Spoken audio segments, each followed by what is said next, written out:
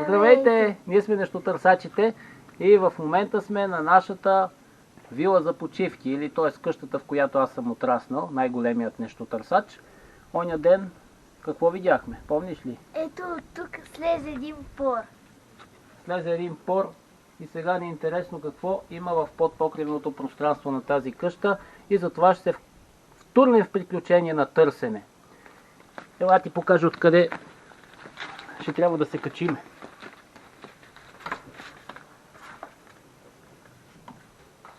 От тук. Да, точно от тук има една капандура. Ще трябва да махнем обаче ето тези тюнци, да сложим една стълба и ще се качиме да видим какво ще открием на този покрив, на който никой не се е качвал десетилетия. В интерес на истината, никой не се е качвал много отдавна горе. И каквото оставено е много старо. Нали? Да. Отивам за стълбата. Как да сложим стълбата? Какво мислиш, че ще откриеме горе? При положение, че има пор, дали ще изкочи някой пор? Не, няма да изкочи според мен. Знаеш какво? Много ми изкача нещо. Я ми дай и такова. Да включим тук една лампа, защото горе ще е тъмно си. Аз съм се сложил ръкавици, оборудвал съм се. Я, разсъдете го малко това. Чакай.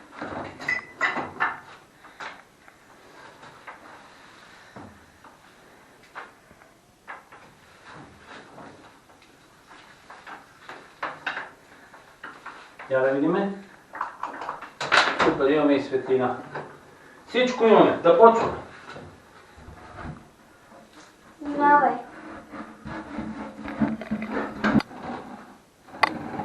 Има си място.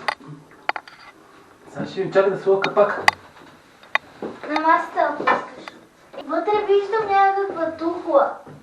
Ама да ти дава... Виж, има нещо. Какво има горе?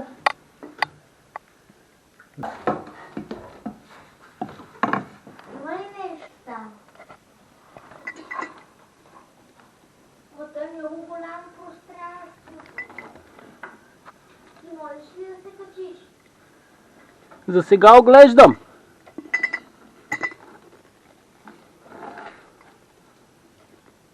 А пор или порче да виждаш ли? Никакви порове и порчета не виждам.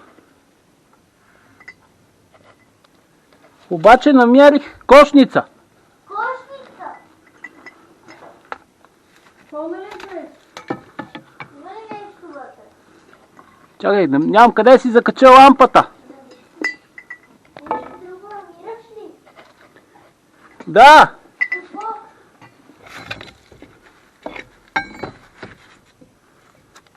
Стар уред за копаене. И нещо много тежко. Какво? Не знам какво е, Са две но е тежко.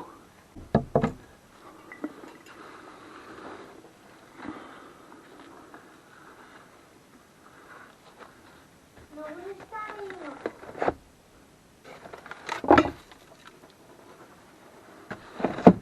А пор виждаш ли? Не. Има тук едно съндъче, което не знам как да го сваля. Съндък? Ще трябва аз да го сваля, защото му е паднало дъното.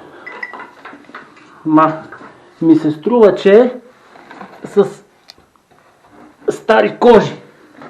О, май. Ето ще го остава. После ще го внесем. После може да го отворим. Това са стари кожи някакви. Абе, свърши ли ми кабела? Не, чакай. Чакай, аз го вращам. Ето аз ще го отплетем.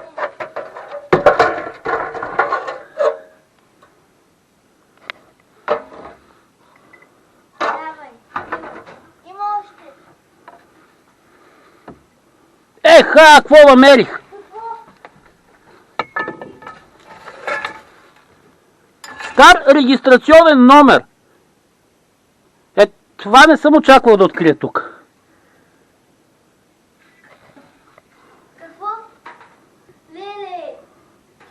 Това е стар. Това е на стълбата. Това е за букулка, това е кюнец някакъв.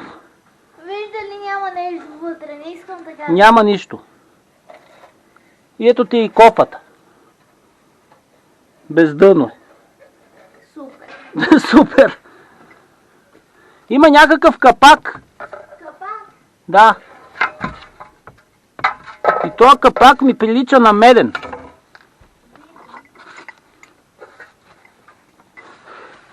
О, видях още нещо. Какво? Нещо старо. Чакай само видя как да стигна до него.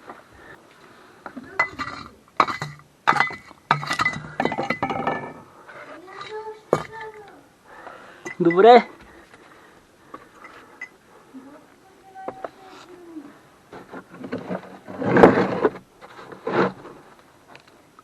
О!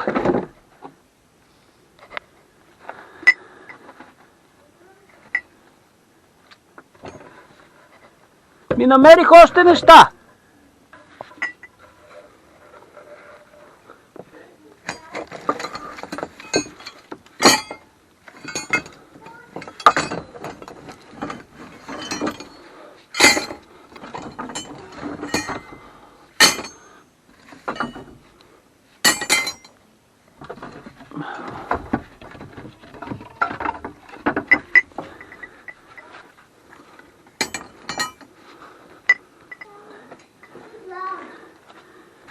Вземи тези неща.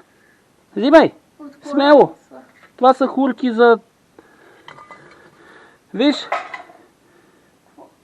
Военна монерка. Страх ме е. Защо? Защото има упор там горе. Ей, какво като е има упор? Ето една консерва. Има ли нещо друго? По-готино нещо? Ето и нещо готино. Не пипай. Взимай. Не мога. Чепкало за вълна е това. Нещо друго намери ли? Така, намерих още едно нещо, което не знам за какво е.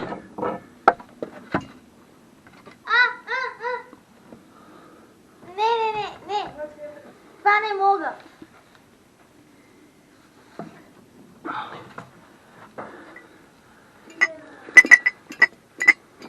Много високо.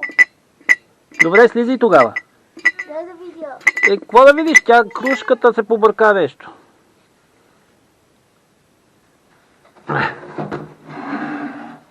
Какво е това? Това е стара кожа. Като тези. Това са нещата, които успяхме да открием на това търсене. То мръсен съндък. Съндъка ли? Да. Аз не мисля, че в него има нещо, кой знае какво. Айде да видим. Това е просто някаква стара кожа, която ме е страх да разгъна. Мале и тук. Това е просто някаква стара кожа. Виж, ето тази стара свинска кожа, знаеш ли за какво се използва? От това са правили цървули. Това е целен материал едно време. От това се правят обувки. Накисва се във вода и после по кракът и се прави като обувка. Това се казва цървул. И за това се използва. Виж, върху стария копач даже има, как е правено едно време, даже има някакви начертани шарки. Старият копач. Определено имаше интересни неща. Това знаеш ли за какво е? Не. Това е чепкало за вълна, даже виж има парче вълна останала на него. Друго какво открихме интересно. Това щеше да е по-интересно, ако бяхме го намерили захлупено и пълно с нещо, нали? Стар капак. Определено една от най-интересните неща, които ме впечатли, е този регистрационен номер. Софийска регистрация, някой ако си я познава, не може да си я познае, защото едната цифра я няма. 3060 София. Това е от съседни неща, които са от Царство България. Стари неща. Виждаме една стара военна манерка, на която инициали не откривам.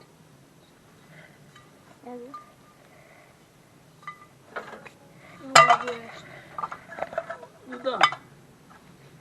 Любимата кошница. Била е хубава кошница, но за съжаление се пробила. Това е някакъв стар обков. И друго интересно нещо, което открихме, ето това са оси от каруца. Това е предната ос, ето и задната ос. Виж са. Гайката се едно, че вчера е завита.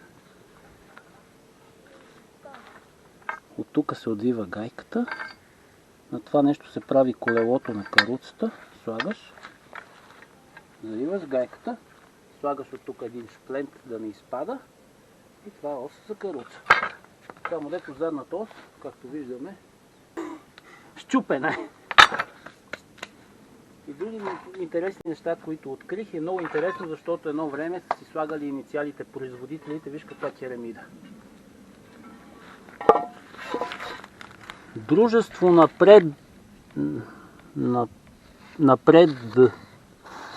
напредък с Ъ накрая, гара Каспичан. От царство България, керамида, производител. И тухла със също така интересен надпис, обаче не мога да го разчета. Лов. На името на някой производител най-вероятно. Лов, пак на Ъ завършва. Това е тухла, произведена по времето на царство България. И това са нещата. Какво ще кажеш за откритието? Има и други интересни неща, като ето това, което не знам за какво е. Може да е нещо покрай каруците и тия неща. Това също е част от каруца или от такачен стан. Интересно е. И това. Това какво е? Него се плете. Нещо отстане, нещо такова. Да.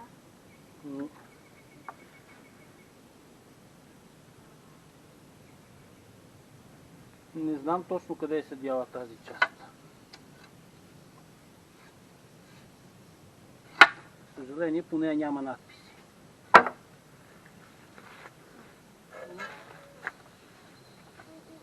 Това са откритите неща от днес за топата. Е лопата, която май няма да работи вече. Откъде знаеш? Няма ли да работи? Ти става, можеш ли да копаеш? Ти пробвай. Как ще пробваш, дядо? Виж колко добре изглежда. Мисията невъзможна. Все едно да носиш вода с тази кофа.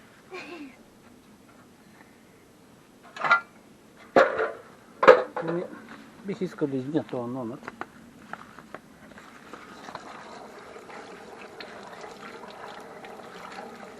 Жалко, че е толкова съсипан, иначе наистина е една много интересна находка. Иска регистрация. Това е 7. Може и 7 да е. Възможно. Има и печат. Най-интересно за мен е ето това. Необратно е. Оп! Ето така. Чао!